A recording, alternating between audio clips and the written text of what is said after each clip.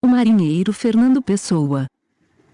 Edição especial para distribuição gratuita pela internet, através da VirtualBox.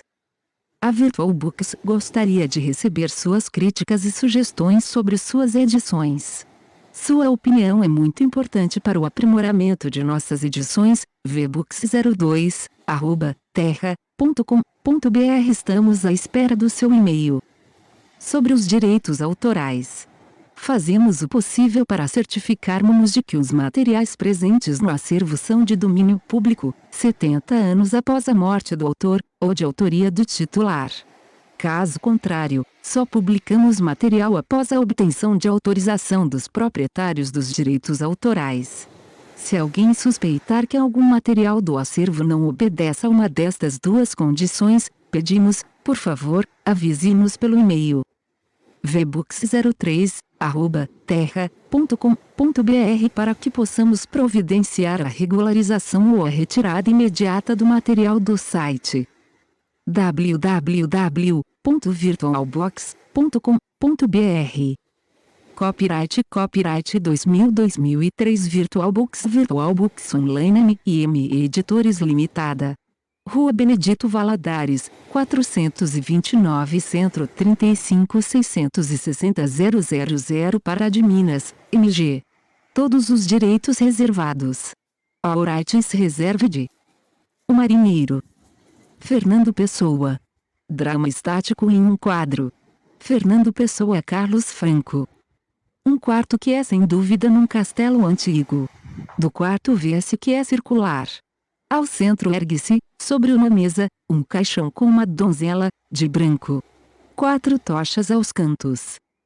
À direita, quase em frente a quem imagina o quarto, há uma única janela, alta e estreita, dando para onde só se vê, entre 2 montes longínquos, um pequeno espaço de mar. Do lado da janela velam 3 donzelas. A primeira está sentada em frente à janela, de costas contra a tocha de cima da direita. As outras 2 estão sentadas uma de cada lado da janela. É noite e é como que um resto vago de luar. Primeira veladora, ainda não deu hora nenhuma. Segunda, não se pode ouvir. Não há relógio aqui perto. Dentro um pouco deve ser dia. Terceira, não, o horizonte é negro. Primeira, não desejais, minha irmã, que nos entretenhamos contando o que fomos. É belo e é sempre falso. Segunda, não falemos nisso. De resto, fomos nós alguma coisa? Primeira, talvez. Eu não sei. Mas, ainda assim, sempre é belo falar do passado. As horas têm caído e nós temos guardado o silêncio. Por mim, tenho estado a olhar para a chama daquela vela. Às vezes treme, outras torna-se mais amarela, outras vezes empalidece. Eu não sei por que isso se dá. Mas sabemos nós, minhas irmãs, por que se dá qualquer coisa. Uma pausa. A mesma, falar do passado, isso deve ser belo, porque é inútil e faz tanta pena. Segunda, falemos, se quiserdes, de um passado que não tivéssemos tido. Terceira, não. Talvez o tivéssemos tido. Primeira, não dizeis senão palavras. E tão triste falar. É um modo tão falso de nos esquecermos. Ponto.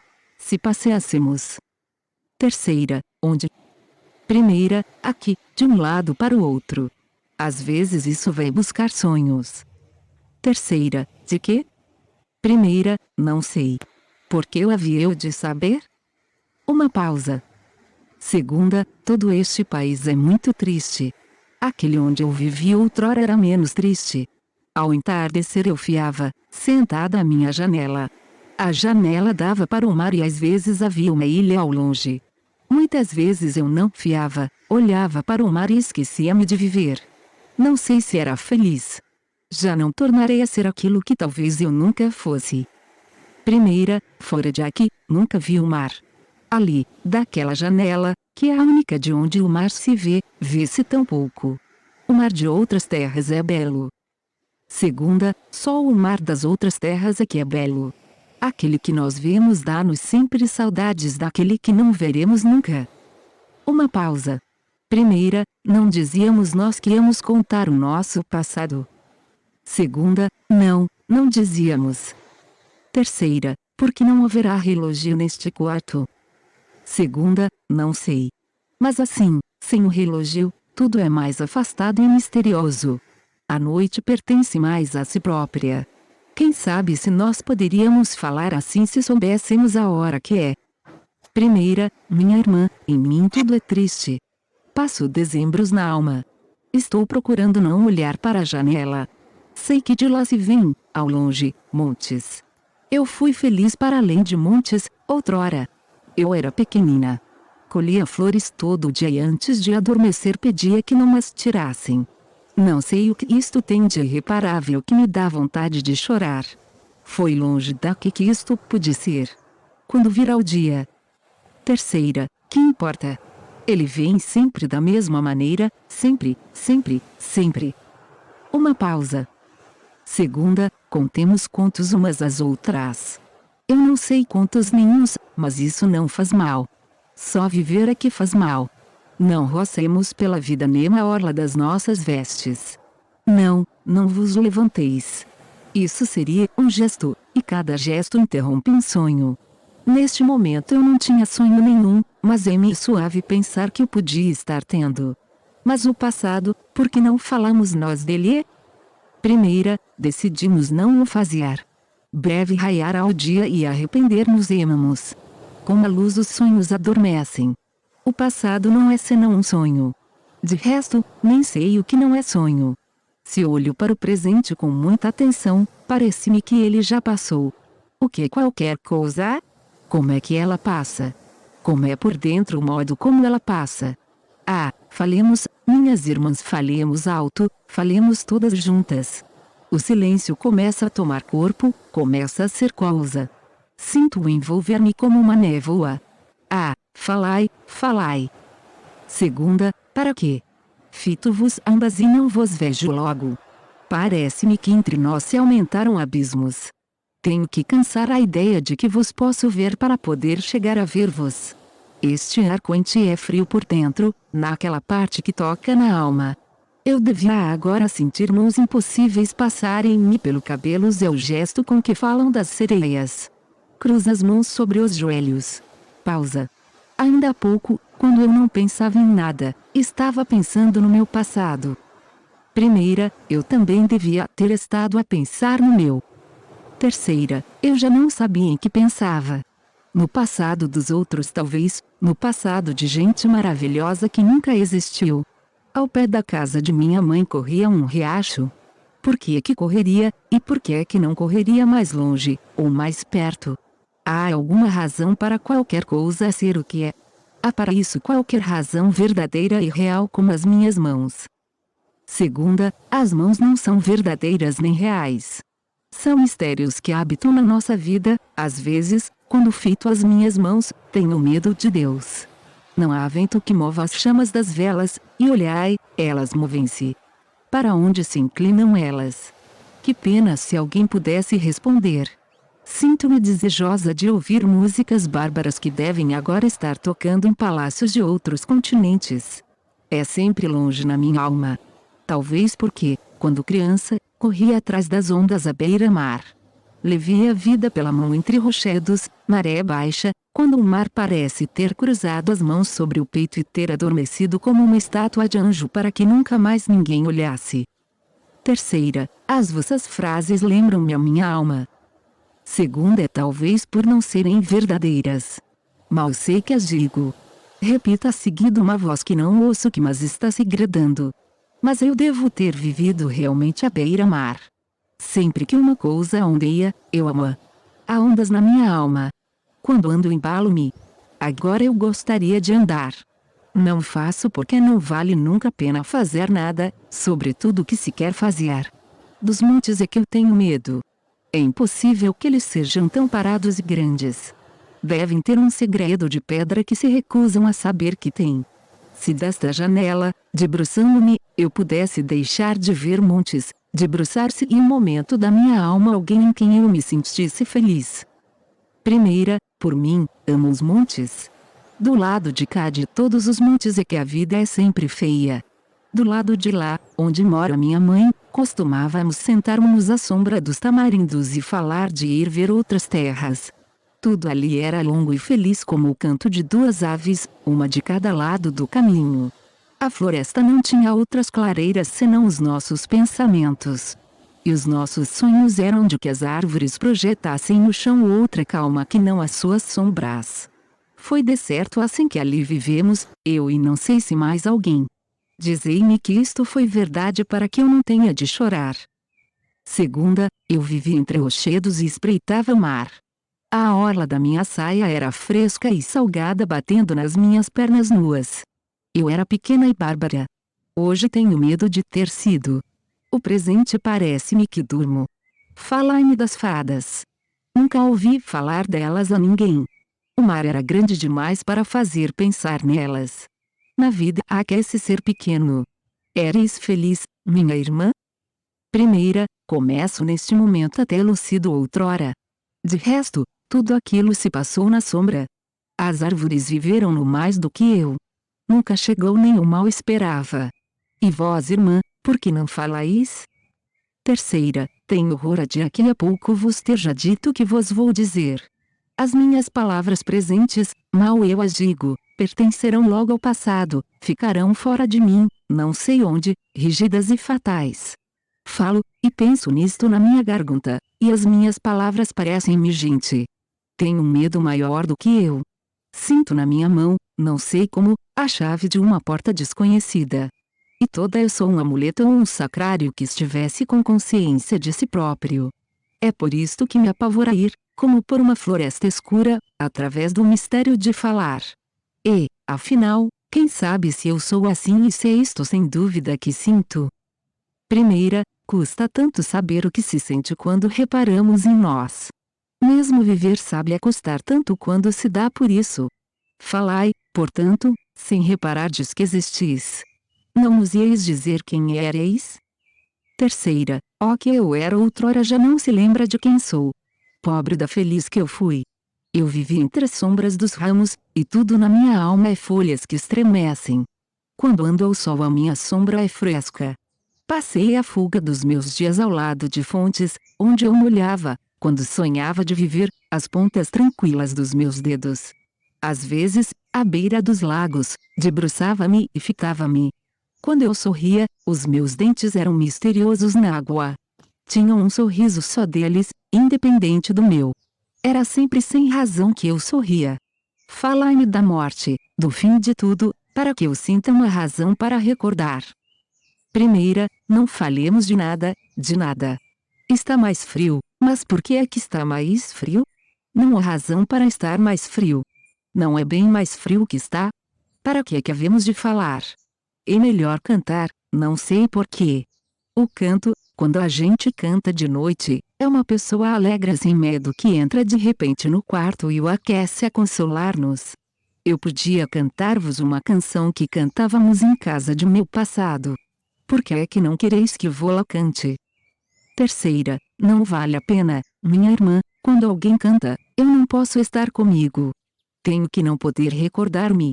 E depois todo o meu passado torna-se outro e eu choro uma vida morta que trago comigo e que não vivi nunca. É sempre tarde demais para cantar, assim como é sempre tarde demais para não cantar. Uma pausa. Primeira, breve será dia. Guardemos silêncio. A vida assim o quer. Ao pé da minha casa natal havia um lago. Eu ia lá e assentava-me à beira dele, sobre um tronco de árvore que caíra quase dentro de água. Sentava-me na ponta e molhava na água os pés, esticando para baixo os dedos. Depois olhava excessivamente para as pontas dos pés, mas não era para os ver. Não sei porquê, mas parece-me deste lago que ele nunca existiu. Lembrar-me dele é como não me poder lembrar de nada. Quem sabe por que é que eu digo isto e se fui eu que vivi o que recordo? Segundo a beira-mar somos tristes quando sonhamos. Não podemos ser o que queremos ser, porque o que queremos ser queremos-lo sempre ter sido no passado. Quando a onda se espalha e a espuma chia, parece que há mil vozes mínimas a falar. A espuma só parece ser fresca a quem a julga uma. Tudo é muito e nós não sabemos nada. Quereis que vos conte o que eu sonhava à beira-mar? Primeira, podeis contá-lo, minha irmã, mas nada em nós tem necessidade de que nulo conteis. Se é belo, tenho já pena de vir até o ouvido. E se não é belo, esperai, contai-o só depois de o alterardes. Segunda, vou dizer-vo-lo.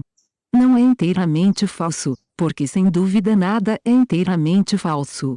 Deve ter sido assim. Um dia que eu dei por mim recostada no cimo frio de um rochedo, e que eu tinha esquecido que tinha pai e mãe e que houvera em minha infância e outros dias, nesse dia vi ao longe, como uma coisa que eu só pensasse em ver, a passagem vaga de uma vela. Depois ela cessou. Quando reparei para mim, vi que já tinha esse meu sonho. Não sei onde ele teve princípio. Ponto. E nunca tornei a ver outra vela. Nenhuma das velas dos navios que saem aqui de um porto se parece com aquela, mesmo quando a lua e os navios passam longe devagar. Primeira, vejo pela janela um navio ao longe. É talvez aquele que vistes. Segunda, não, minha irmã, esse que vedes busca sem dúvida um porto qualquer. Não podia ser que aquele que eu vi buscasse qualquer porto. Primeira, por que é que me respondestes? Pode ser. Eu não vi navio nenhum pela janela. Desejava ver um e falei-vos dele para não ter pena. Contai-nos agora o que foi que sonhastes à beira-mar. Segunda, sonhava de um marinheiro que se houvesse perdido numa ilha longínqua. Nessa ilha havia palmeiras hirtas, poucas, e aves vagas passavam por elas. Não vi se alguma vez pousavam. Desde que, naufragado, se salvara, o marinheiro vivia ali. Como ele não tinha meio de voltar à pátria, e cada vez que se lembrava dela sofria, pôs-se a sonhar uma pátria que nunca tivesse tido, pôs-se a fazer ter sido sua uma outra pátria, uma outra espécie de país com outras espécies de paisagens, e outra gente, e outro feitio de a passarem pelas ruas e de se debruçarem das janelas.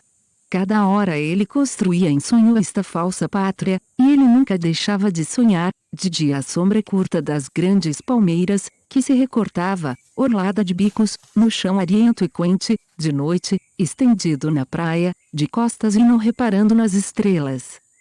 Primeira, não ter havido uma árvore que mosqueasse sobre as minhas mãos estendidas à sombra de um sonho como esse. Terceira, deixai-a falar. Não a interrompais. Ela conhece palavras que as sereias lhe ensinaram.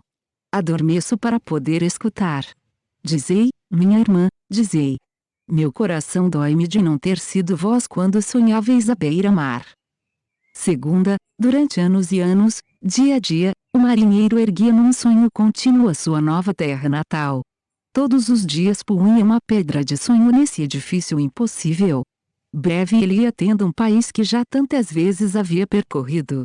Milhares de horas lembrava-se já de ter passado ao longo de suas costas. Sabia de que cor iam ser os crepúsculos numa baía do norte, e como era suave entrar, noite alta, e com a alma recostada no murmúrio da água que o navio abria, num grande porto do sul onde ele passara outrora, feliz talvez, das suas mocidades a suposta. Uma pausa. Primeira, minha irmã, por que é que vos calais? Segunda, não se deve falar demasiado. A vida espreita-nos sempre. Toda hora é materna para os sonhos, mas é preciso não o saber. Quando falam demais começo a separar-me de mim e a ouvir-me falar. Isso faz com que me compadeça de mim própria e sinta demasiadamente o coração. Tenho então uma vontade lacrimosa de o ter nos braços para o poder embalar como a um filho. Vede, o horizonte empalideceu. O dia não pode já tardar. Será preciso que eu vos fale ainda mais do meu sonho. Primeira, contai sempre, minha irmã, contai sempre. Não pareis de contar, nem repareis em que dias raiam.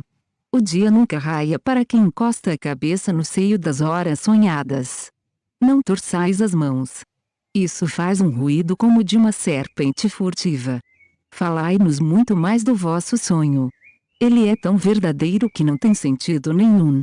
Só pensar em ouvir-vos me toca música na alma. Segunda, sim, falar-vos-ei mais dele. Mesmo eu preciso de vô-lo contar. À medida que o vou contando, é a mim também que o conto. São três a escutar. De repente, olhando para o caixão, estremecendo. Três não. Não sei. Não sei quantas. Terceira, não falei-os assim. Contai depressa, contai outra vez. Não falei-os enquanto os podem ouvir. Nós nunca sabemos quantas coisas realmente vivem e veem e escutam. Voltai ao vosso sonho. O marinheiro. O que sonhava o marinheiro? Segunda, mais baixo, numa voz muito lenta, ao princípio ele criou as paisagens, depois criou as cidades, criou depois as ruas e as travessas, uma alma, cinzelando-as na matéria da sua alma, uma alma as ruas, bairro a bairro, até as muralhas dos cais de onde ele criou depois os portos. Uma alma as ruas, e a gente que as percorria e que olhava sobre elas das janelas. Passou a conhecer certa gente, como quem a reconhece apenas. E eles conhecendo as vidas passadas e as conversas, e tudo isto era como quem sonha apenas paisagens e as vai vendo. Depois viajava, recordando, através do país que criara. E assim foi construindo seu passado. Breve tinha uma outra vida anterior. Tinha já, nessa nova pátria, um lugar onde nascera, os lugares onde passara a juventude, os portos onde embarcara. Ia tendo tido os companheiros da infância e depois os amigos e inimigos da sua idade viril. Tudo era diferente de como ele o tivera, nem o país, nem a gente, nem o seu passado próprio se pareciam com o que haviam sido. Exigis que eu continue. Causa-me tanta pena falar disto. Agora, porque vos falo disto, aprazia-me mais estar vos falando de outros sonhos. Terceira, continuai, ainda que não saibais porquê. Quanto mais vos ouço, mais me não pertenço. Primeira, será bom realmente que continueis? Deve qualquer história ter fim? Em todo caso falai. Importa tão pouco o que dizemos ou não dizemos. Velamos as horas e que passam. O nosso mister é inútil como a vida. Segunda, um dia, que chovera muito, e o horizonte estava mais incerto, o marinheiro cansou-se de sonhar. Quis então recordar a sua pátria verdadeira, mas viu que não se lembrava de nada, que ela não existia para ele. Meninice de que se lembrasse, era na sua pátria de sonho, adolescência que recordasse, era aquela que se criara. Toda a sua vida tinha sido a sua vida que sonhara. E ele viu que não podia ser que outra vida tivesse existido. Se ele nem de uma rua, nem de uma figura, nem de um gesto materno se lembrava. E da vida que lhe parecia ter sonhado, tudo era real e tinha sido. Nem sequer podia sonhar outro passado, conceber que tivesse tido outro, como todos, um momento, podem criar. Ó minhas irmãs! Há qualquer coisa, que não sei o que é, que vos não disse. Qualquer coisa que explicaria isto tudo. A minha alma esfria-me. Mal sei se tenho estado a falar. Falai-me, gritai-me, para que eu acorde, para que eu saiba que estou aqui ante vós e que há coisas que são apenas sonhos. Primeira, numa voz muito baixa, não sei que vos diga. Não ouso olhar para as coisas. Esse sonho como continua. Segunda, não sei como era o resto. Mal sei como era o resto.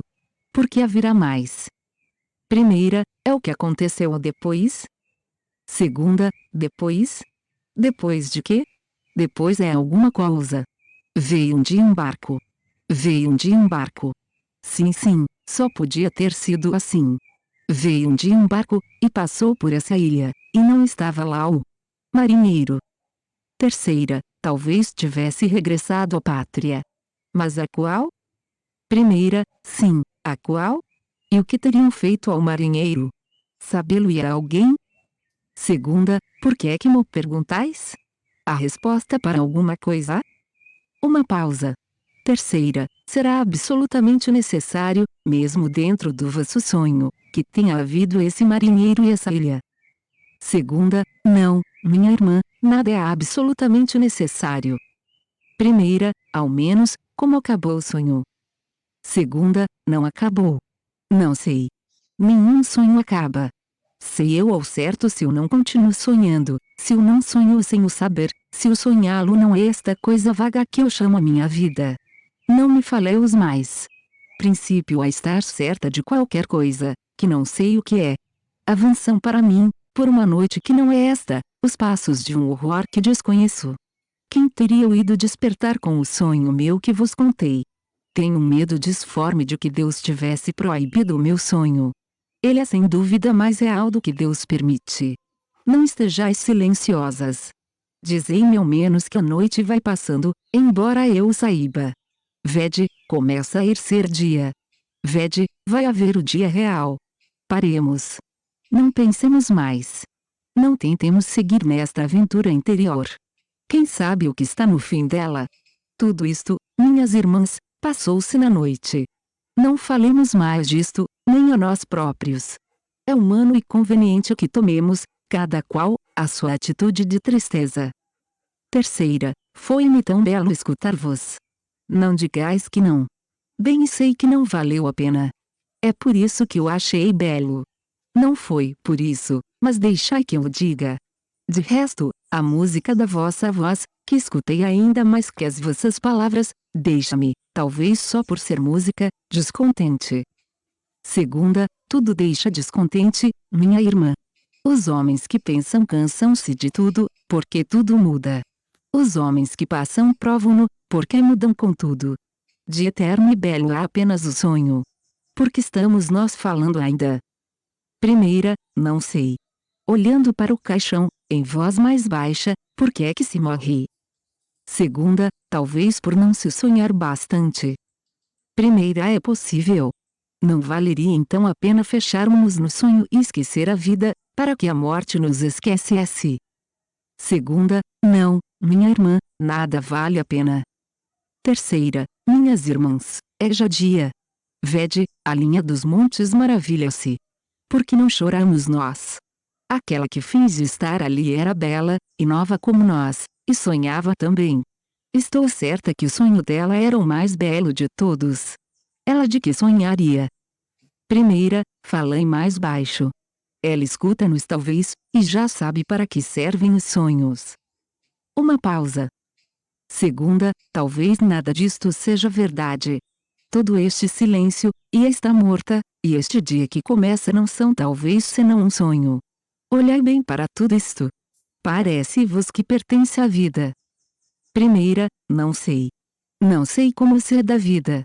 Ah, como vós estáis parada. E os vossos olhos tão tristes, parece que o estão inutilmente.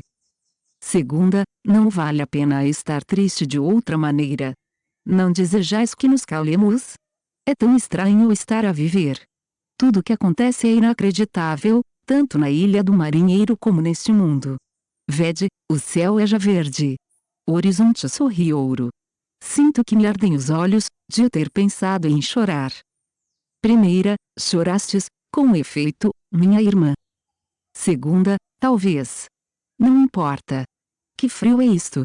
Ah, é agora, é agora. Dizei-me isto. Dizei-me uma coisa ainda.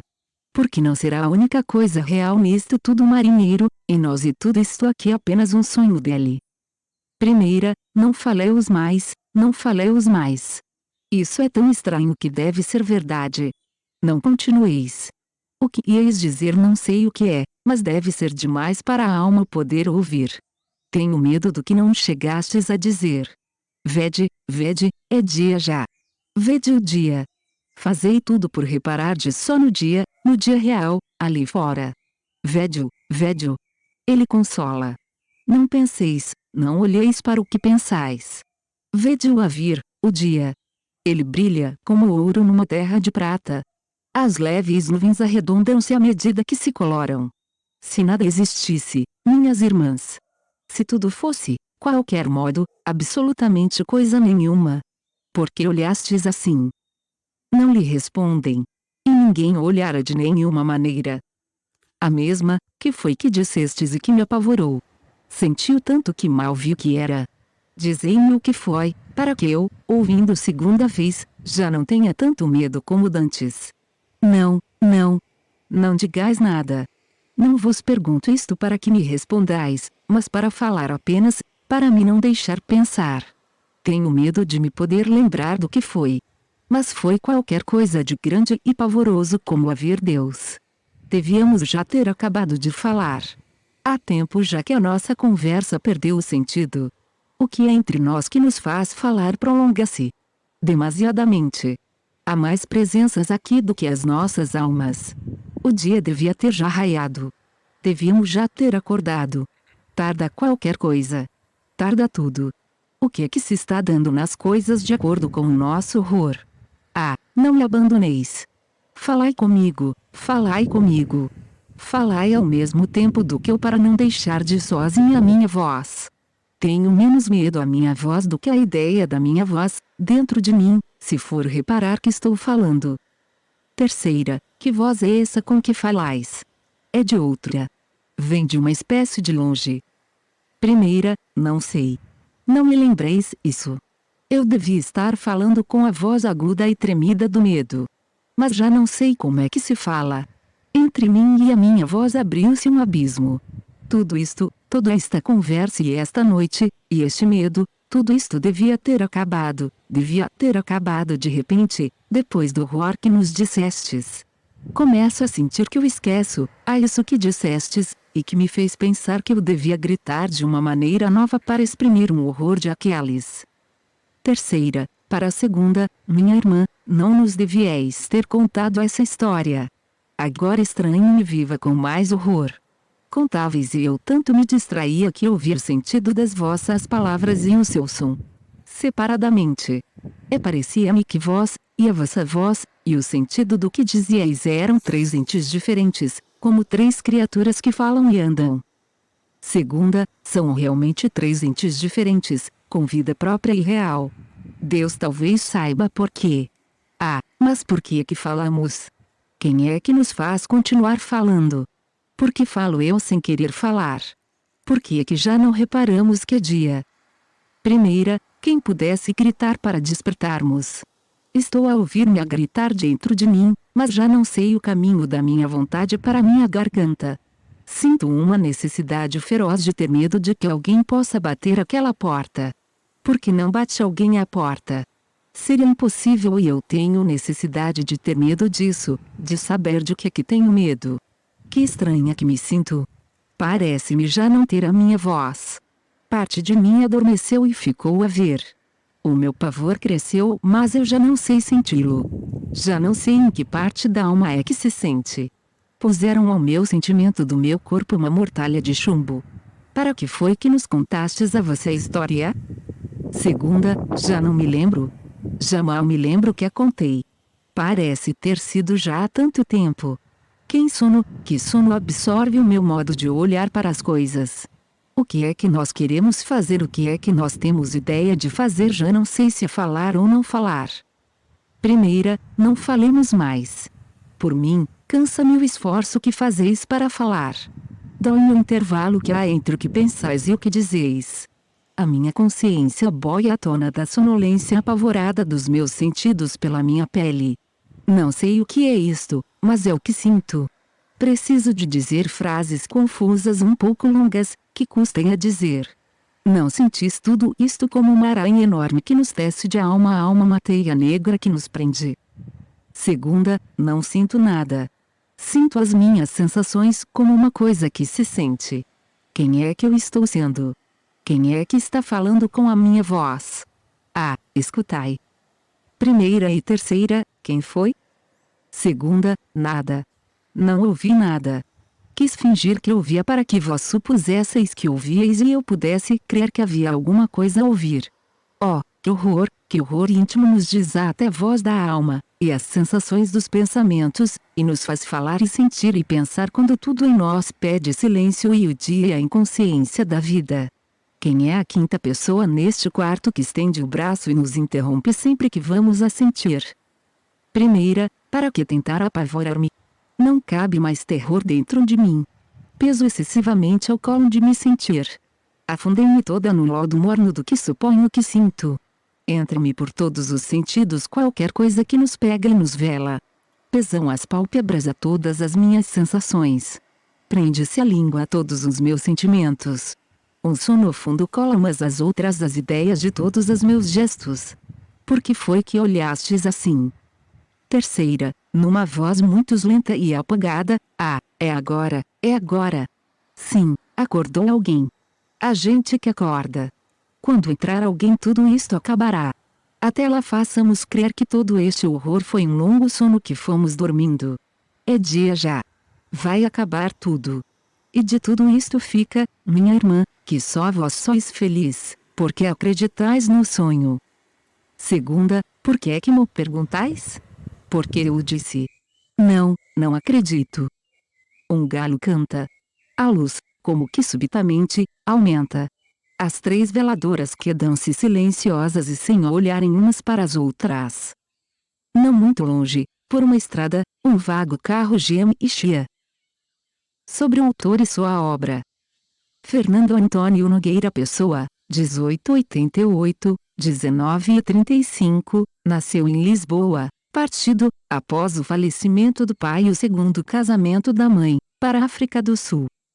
Frequentou várias escolas, recebendo uma educação inglesa. Regressa a Portugal em 1905 fixando-se em Lisboa, onde inicia uma intensa atividade literária. Simpatizante da Renascença portuguesa, corta com ela em 1915, com Mário de Sá Carneiro, Almada Negreiros e outros, esforça-se por renovar a literatura portuguesa através da criação da revista Orfeu, veículo de novas ideias e novas estéticas. Cria vários heterônimos, Alberto Cairo, Álvaro de Campos, Ricardo Reis, Bernardo Soares, etc., assinando as suas obras de acordo com a personalidade de cada heterônimo. Colabora em várias revistas, publica em livros seus poemas escritos em inglês e, em 1934, ganha o concurso literário promovido pelo Secretariado de Propaganda Nacional, categoria B, com a obra Mensagem, que publica no mesmo ano. Faleceu prematuramente em 1935, deixando grande parte da sua obra ainda inédita. É considerado um dos maiores poetas portugueses. Cronologia: 1888. A 13 de junho nasce Fernando Antônio Nogueira Pessoa no Largo de São Carlos número 4, quarto esse que em Lisboa. 1893. Morre com 43 anos o pai de Fernando Pessoa, Joaquim de Sebra Pessoa. A 26 de julho escreve Fernando Pessoa a sua primeira quadra A Minha Querida Mamã. 1895. A mãe de Fernando Pessoa, Maria Madalena Pinheiro Nogueira Pessoa, casa, por procuração, com João Miguel Rosa, cônsul interino em Durban, África do Sul. 1896. A família parte para Durban 1896, 1904. Fernando Pessoa faz os seus estudos primários e secundários em Durban. 1905. Fernando Pessoa regressa sozinho a Lisboa, a bordo do navio alemão Herzog, para se matricular no curso superior de letras que abandona um ano depois. 1907. Fernando Pessoa funda a empresa Ibis, tipografia editora, oficinas a vapor que durou escassos meses. 1908. Fernando Pessoa inicia a sua atividade como correspondente estrangeiro. 1912. Colabora na revista H. 1913. Conhece Mário de Sá Carneiro e José de Almada Negreiros.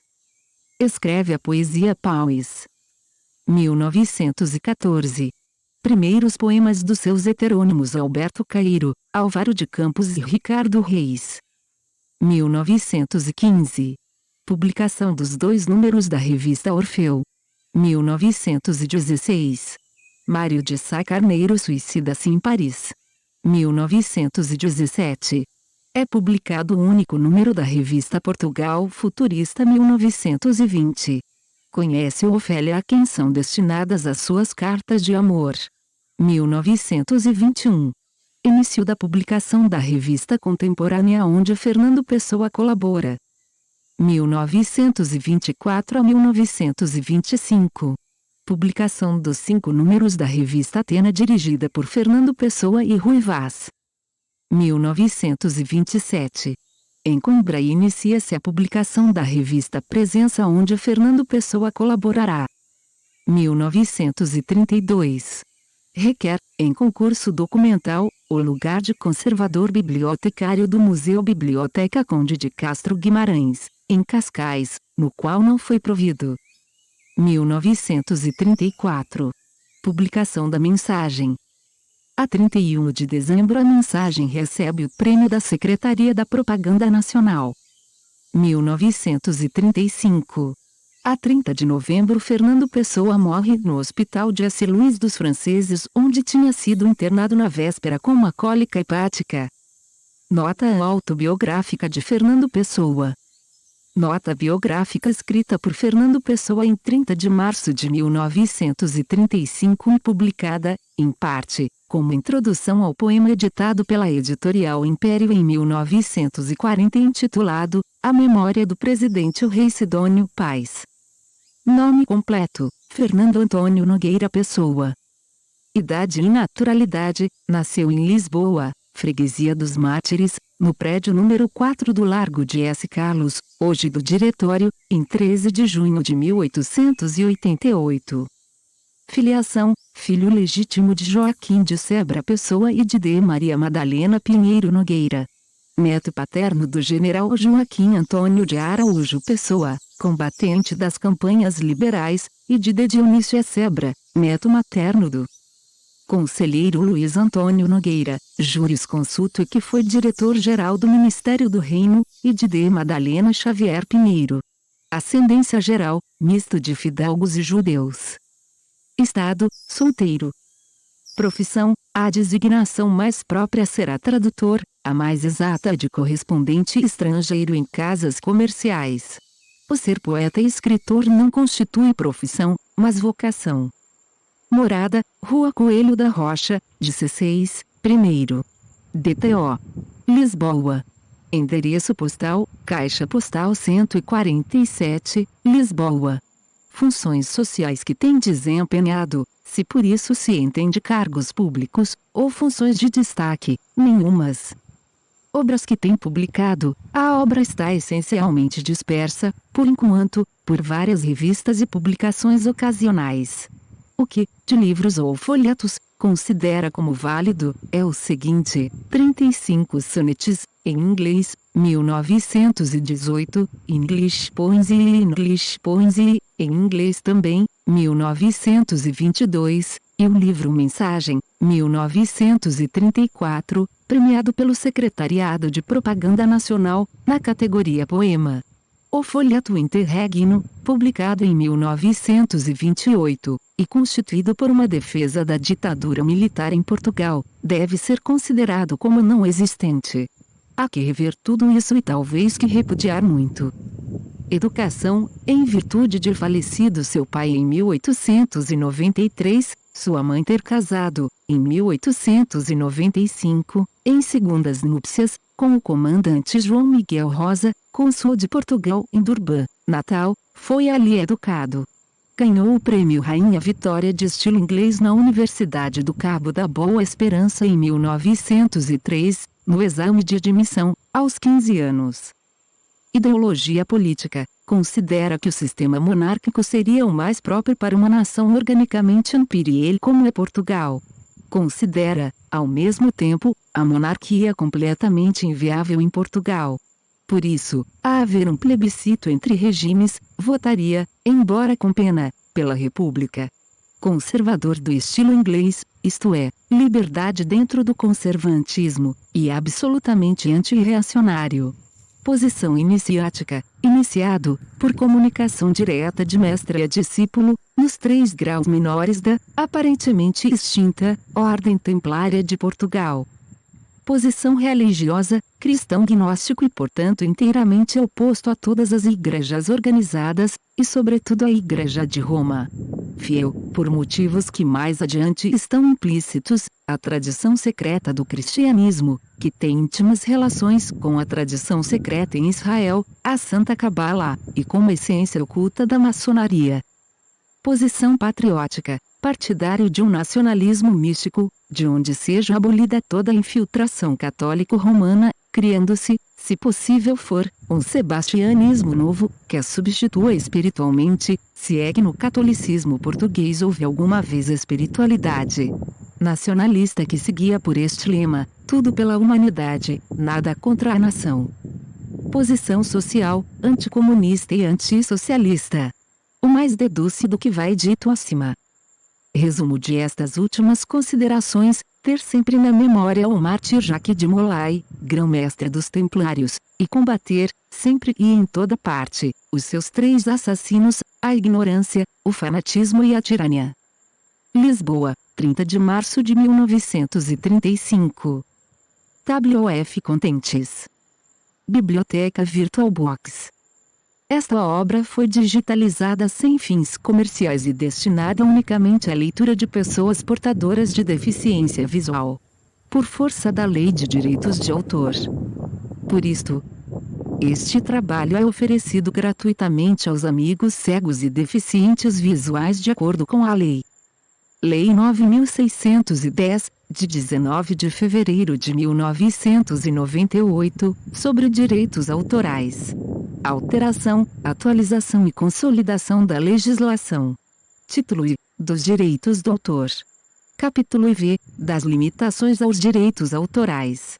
Art. 46 não constitui ofensa aos direitos autorais, e, a reprodução de obras literárias, artísticas ou científicas, para uso exclusivo de deficientes visuais, sempre que a reprodução, sem fins comerciais, seja feita mediante o sistema Braille ou outro procedimento em qualquer suporte para esses destinatários. O marinheiro Fernando Pessoa. Edição especial para distribuição gratuita pela internet, através da VirtualBox. A VirtualBox gostaria de receber suas críticas e sugestões sobre suas edições.